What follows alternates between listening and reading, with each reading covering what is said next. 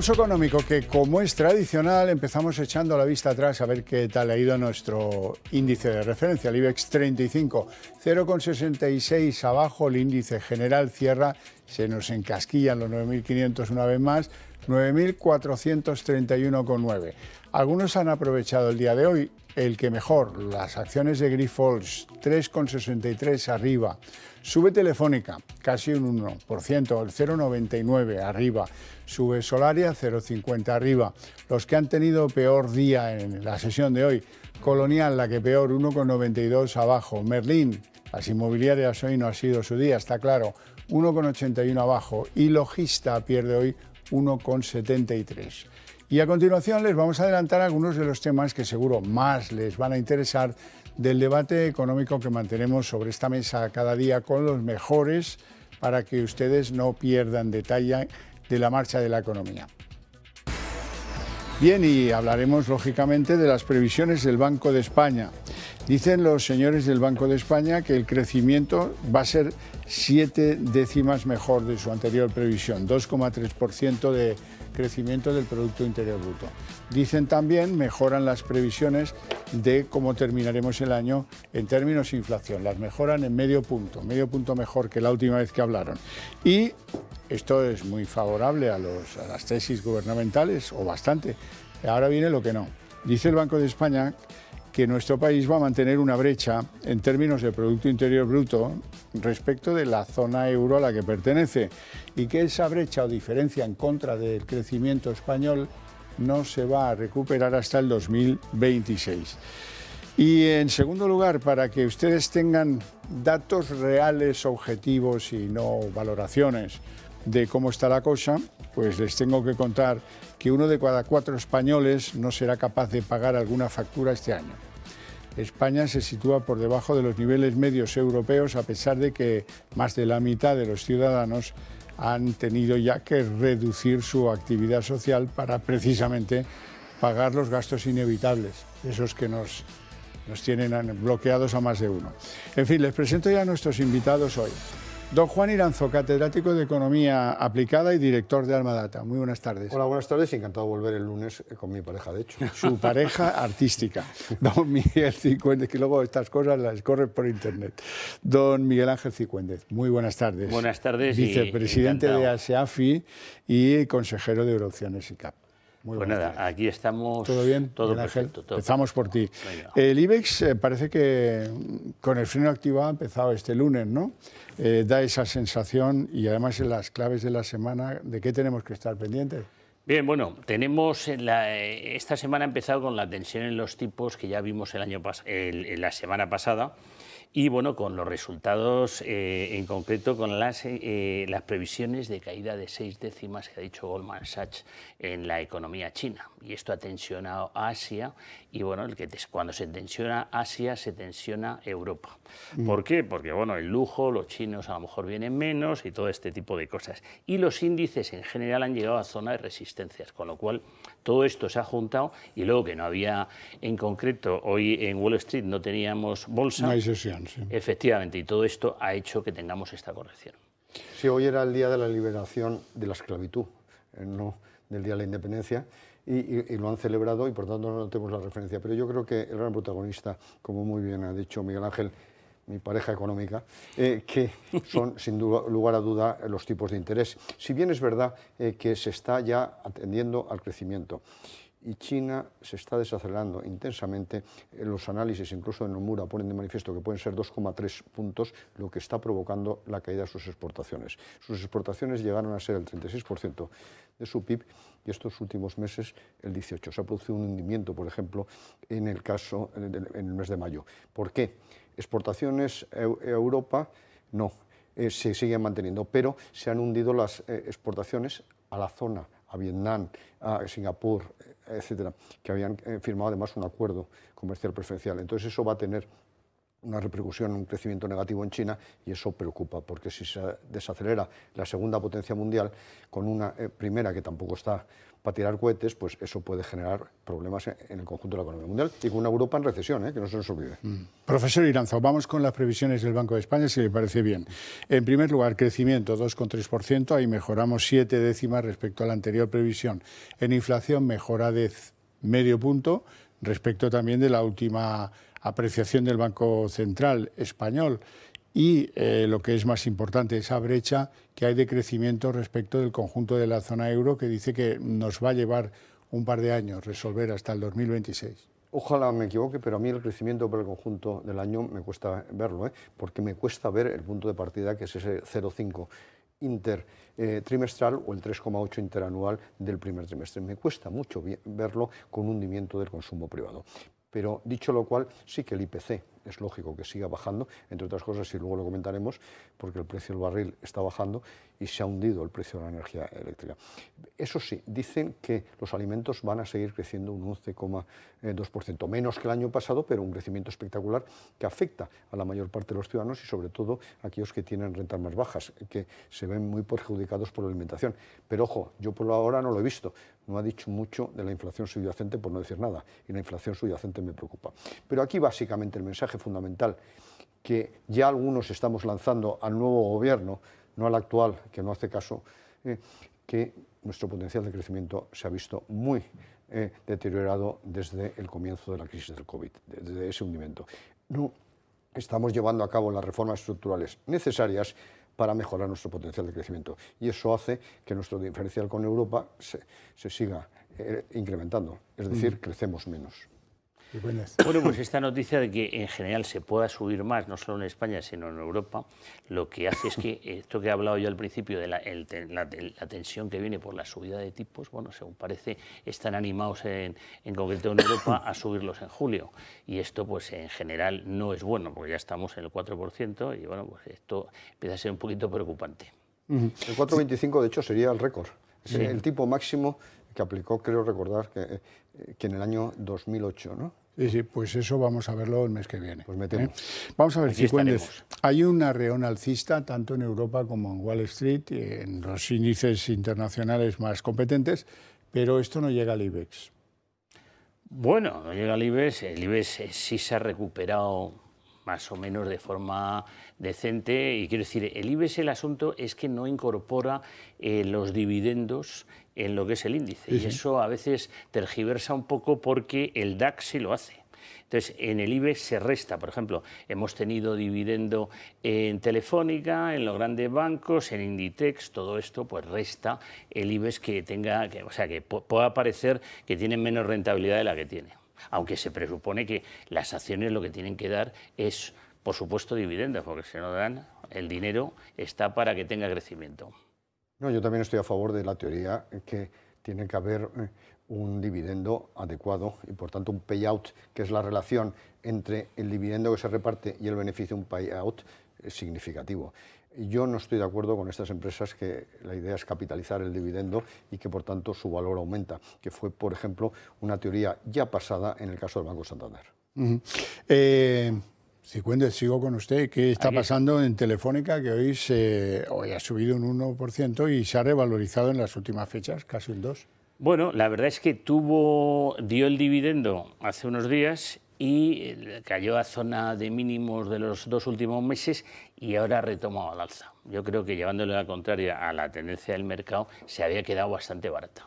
Sí, pero está en el 3,65 y cada vez que se acerca al 3,75 encuentra precisamente un techo que no consigue romper, no consigue superar el 4%. Hay problema de falta de confianza, no en Telefónica, sino en general en casi todas las telecomunicaciones, las empresas de telecomunicaciones, porque no terminan de encontrar aquel producto que aporte auténtico valor añadido de cara al futuro. Y eso preocupa enormemente. Es verdad que en el caso de Telefónica hay una serie de factores que están jugando a favor. En primer lugar, que a los clientes ya les cobran la terminal. Y eso se considera que es un éxito de la campaña comercial. Y luego, por otro lado, esa política de reducción de deuda. Y posibles fusiones, se habla por ahí, pero vamos, yo no lo veo por ahora. Bueno, por cierto, se ha venido a confirmar algo que adelantamos aquí el viernes pasado, y es que hay un un fondo y un grupo norteamericano, iSquared, que ha confirmado hoy su participación en la toma de control de A+. A+ es una compañía de certificaciones, hacen ITV, certificaciones industriales y cualquier otro tipo, puntera en nuestro país, valorada en unos 1.400 millones de euros, a la que la OPA, pues, o los OPANTES, dicen que han destinado más o menos unos 2.000 millones. Lógicamente, A+ ha subido en bolsa, ha subido bastante, más o menos a empatar ese precio orientativo que se habla de él en los mercados. Sí, pero efectivamente es hoy por hoy una mera elucubración, porque lo único que ha dicho el fondo Squared es que está estudiando la posible operación de lanzar una OPA por el 100% del capital. Es verdad que tiene un activo fundamental, que es la capacidad de análisis y regulación, que eso, en definitiva, en el sector industrial, en el automóvil, etcétera, es muy importante. Muchos recordarán, y seguro que han pasado la ITV de su coche en uno de estos establecimientos, y es posible que se produzca esa OPA. Pero hoy por hoy es una locuración y, por tanto, ese acercamiento al valor, que a mí me parece que una prima de 600 millones, que es una prima del orden del 30%, me parece poco excesiva, pero no lo sé. Creo que están hablando de que sería entre 9,5 y 10 euros, según he leído, creo que en la expansión hoy. Y bueno, el asunto es que ha terminado cayendo un 1,94, por lo que veo estoy al final. O sea, se ha quedado en 9,11, con lo cual, bueno, no estoy dentro del valor. Bueno, siempre como información, sí, esto siempre hay que, no está dentro del valor. Bueno, vamos a un tema en el que sí que estará dentro, imagino, porque no seré yo el único español de ese porcentaje de 1 de cada 4 que pues ya no nos da para pagar alguna factura este año. España se sitúa, insisto, por debajo de los niveles medios europeos, a pesar de que ya hemos hecho reducciones del gasto de nuestras actividades sociales, vacaciones y de casi todo. Salir, no sé qué, ya no queda cosa que recortar. Esa es la situación pero a mí me ha real del país. sorprendido el análisis, porque yo o he interpretado muy mal el análisis o resulta que es que somos muy buenos pagadores, no peores. Sí. Porque efectivamente 29 de cada 100 europeos no van a pagar por lo menos una factura este año porque no pueden.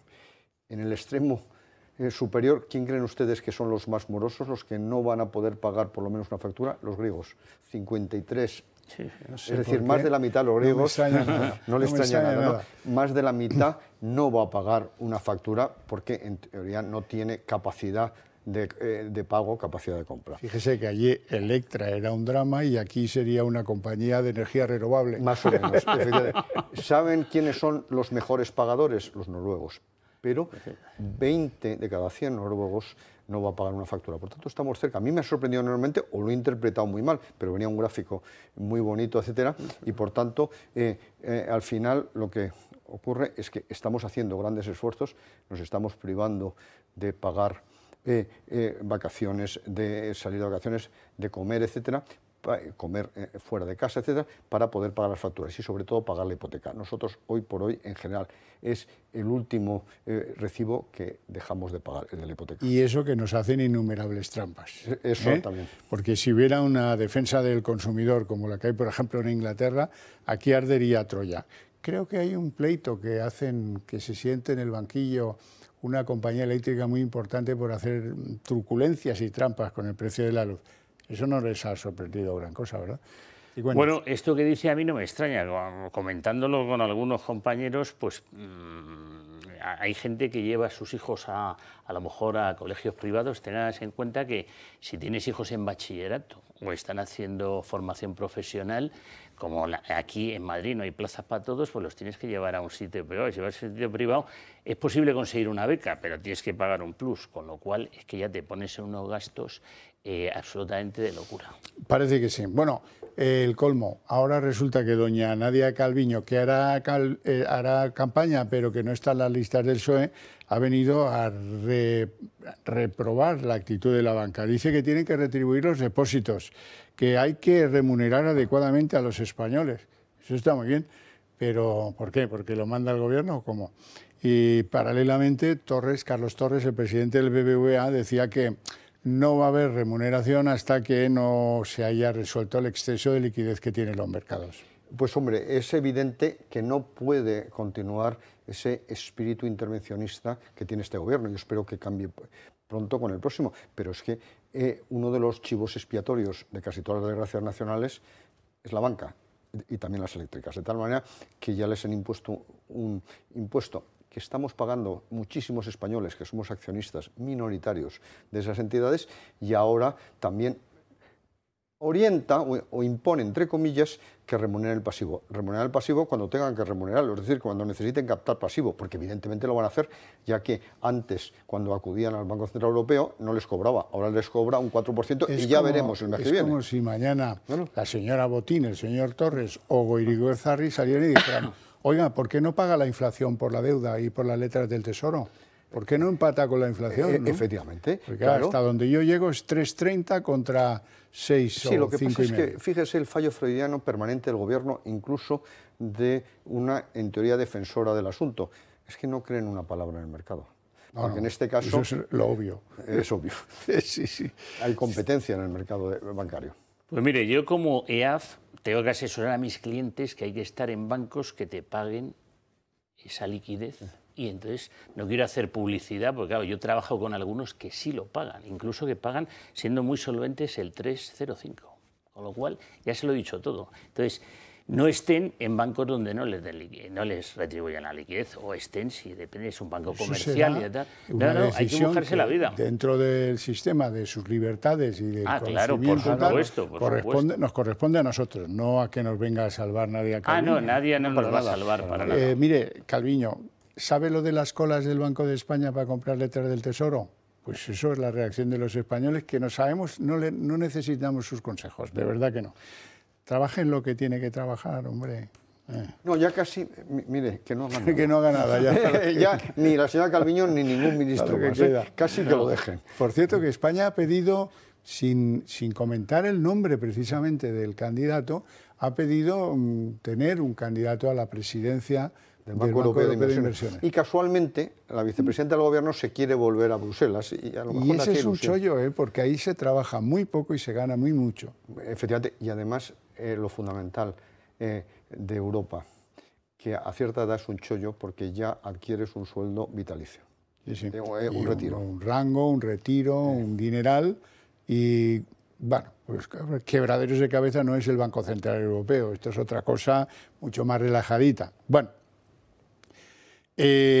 ¿alguna noticia? ¿Usted quería añadir algo? Que me parece que le he saltado. No, simplemente que hay que buscar bancos que te retribuyan la liquidez, porque a ver los hilos y solvente. Lo que pasa es que tampoco hacen publicidad de que tienen esas posibilidades, hay que buscarlas.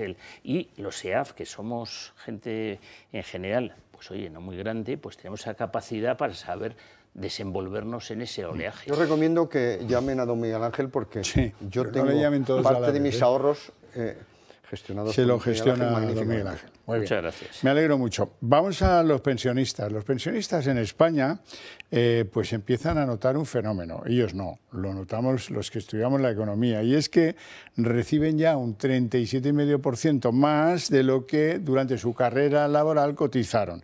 Eso, en otros términos, significa que por cada euro cotizado ya se está pagando 1,60 €. Efectivamente, yo creo que, claro, pueden parecer bajas muchas pensiones, etcétera, pero en España, en general, la tasa de reposición es de las más altas de Europa. De tal manera que la tasa de reposición es la diferencia entre la pensión y el último salario. Y aquí es del orden del 80%, cuando en algunos países es verdad que hay sistemas complementarios, etcétera, pero en Holanda es el 34%. De tal manera que eso, para empezar, y eso ya encarece. En segundo lugar, el tiempo de percepción de esas pensiones se ha alargado enormemente. Cuando se diseñó inicialmente el modelo era para 6 años, ahora es de 21 años el tiempo de percepción. Y luego, por otro lado, eso pasa en toda Europa. Claro, se está alargando la esperanza de vida, pero más en España.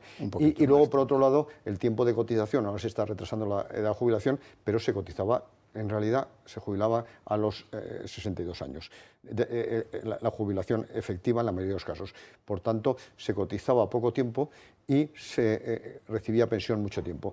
¿Esto qué quiere decir? Que de verdad, el sistema nunca ha sido un sistema estrictamente de reparto, ha sido un sistema mixto contributivo asistencial. Se contribuye y eso te da derecho a una pensión y a una cuantía, pero una parte de esa pensión es precisamente asistencial. Lo recibes tanto el análisis que hicimos en ese momento, yo este estudio no he participado en él, pero en otros sí, era asistencial tanto la más alta como la más baja. Nadie habíamos contribuido suficiente si lo hubiéramos capitalizado, y algunos análisis de capitalización éramos bastante generosos, capitalizábamos al 5%, etcétera. Bueno, pues no daba para la pensión. Una de las cosas que ha hecho fatal este gobierno es haber rebajado de 8.000 a 1.500 las aportaciones a los planes de pensión. No tiene ni pie ni cabeza de que no podamos aportar porque, oye... Y aún peor sacar uno que compita con ellos. Bueno, claro, el público colectivo. Oh. Sí, bueno, una cosa ya insospechada. Yo de momento ese es difícil. Sí, si lo maneja Escrivá no tendrá mucho éxito. Claro, no. Y ahí yo prefiero manejarme yo mi plan de pensiones y decidir lo que hago y lo que no hago. Entonces yo espero que si viene un nuevo gobierno sean un poquito más inteligentes y bueno, y lo que tienen que hacer es ampliar de los 8.000. Es que hay que desfiscalizar el ahorro previsión, pero efectivamente no solo volverlo a 8.000 euros, es que 8.000 euros, ¿sabe quién lo rebajó? Don Cristóbal Montoro, ministro de Hacienda del PP. No era muy partidario por lo que parece. Bueno, vamos a darle una vuelta a las grandes fortunas, porque resulta que los 1.800 considerados mayores fortunas en España pagan un patrimonio apenas de un 0,03%. Los contribuyentes con 19 millones de euros de riqueza neta abonan una media de 5.000 euros al año, lo cual es para decir, ¿cómo? ¿Qué me dice? ¿Pero cómo puede ser esto, no? Señora Díaz, es para ver si nos escribe, tenemos suerte, doña Yolanda Díaz, y nos escucha, que quiere poner un impuesto sobre el patrimonio permanente a las grandes fortunas del 3% para financiar a los jóvenes. ¿Qué ocurre? Que las grandes fortunas tienen muchos mecanismos precisamente para evitar en gran medida este tipo de impuestos, que además de por sí ya son injustos porque es una renta que ya tributó en su momento. Lo que hay es que derogarlos, como debía hacer este próximo gobierno, que yo espero que lo haga. Pero dicho lo cual, es que hay un precedente muy cercano. ¿Se acuerdan ustedes de Francia? La subida del tipo de patrimonio y la subida del marginal de la renta al 75%. ¿Dónde se fue la mayor parte de la gente? Alguno, como de paliar, a Rusia, pero la mayor parte a Bélgica, que está mucho más cerca. Es mucho más y menos fría. Menos fría y más seguro. Al final lo que hay que pensar estas grandes fortunas, el trabajo, los puestos de trabajo que crean y el desarrollo económico que crean en España. Y pensar más en eso, en no ver cómo les clavamos o nos inventamos nuevos impuestos, que es la idea que parece ser que tiene Yolanda Díaz. Bueno, hoy vamos a terminar con el petróleo. El petróleo nos da la inmensa alegría de que sus precios se están moderando. Quiere decir que a pesar de las reducciones de prospección y de colocar en el mercado, el precio no levanta cabeza. Y ahora mismo está en el entorno de los $76. Y no está más bajo por la cartelización de la OPEP, porque ya ha retirado otro 1 millón de barriles diarios del mercado, junto con Rusia, aunque no está en la OPEP. De tal manera que la ralentización de la actividad económica se está notando en la demanda de petróleo y además realmente ya ha acabado el invierno más duro, etc. Y por otro lado, una energía con menos cartelización, aunque está vinculada, es el gas natural. ¿Saben a cómo está? A $23 megavatio hora. Llegó a estar normalmente a 230, a 300 y pico muchas veces, y aquí comentamos un contrato exótico a 1.000 euros. Sí, y además empiécense a preguntar ustedes por qué no cae drásticamente el recibo del gas, porque ya empieza a ser una cosa de estas que llama mucho la atención. No, por descontado. Hoy la caída viene como consecuencia de estas previsiones nuevas sobre China y bueno, si China afloja, pues lógicamente el consumo bajará y los precios pues bajarán. Bueno, espero que sea de ese modo como ustedes dicen. ¿Por qué caen hoy las inmobiliarias? Colonial la que más y Merlín la segunda. Bueno, curiosamente el lunes pasado ocurrió lo mismo y están en los mismos entornos. Quiero decir, estamos dentro tuvimos vencimiento de opciones y futuros, en concreto el viernes pasado, y bueno, la cuádruple hora bruja, y esto condiciona un poquito el mercado. Entonces había algunas posiciones en concreto de venta de opciones call que se ejercieron, que tal. Bueno, digamos que yo no le daría mucha importancia porque creo que yo tengo predisposición alcista con las dos que usted ha mencionado. Y además ya ha dicho precisamente el posible presidente o nuevo presidente del Gobierno, que uno de los primeros asuntos que va a acometer es la vivienda. Va a derogar esta ley que va en contra de los propietarios y va a ir en contra de la ocupación. Por tanto, ¿eso qué significa? Favorecer a las inmobiliarias. Sí, bueno, esperemos. Bueno, favorecer a todos, pero quiero decir que desde el punto de vista de cotización, las inmobiliarias les vienen buenos días. Buenos días porque efectivamente vamos a tener más confianza en que vamos a seguir siendo propietarios de lo nuestro, que es tremendo que esto se plantee en un país que en la Constitución aparece que la propiedad privada se respeta. Bueno, pues en el caso de la ocupación, hoy escuchaba una noticia, leía una noticia, mejor dicho, que el tiempo mínimo para recuperar un piso ocupado son 2 años y 1 mes. Fíjate. Bueno, no tenemos tiempo para más. Lo dejamos aquí con mi agradecimiento a ustedes dos por su presencia aquí, por sus opiniones todavía más y a ustedes por el interés que suscita el programa en sus domicilios o donde nos vean. Pero para ustedes tengo premio, y es que a la vuelta de publicidad se abre aquí la redacción abierta con todo lo que trae la política en el día de hoy, que no es poca cosa.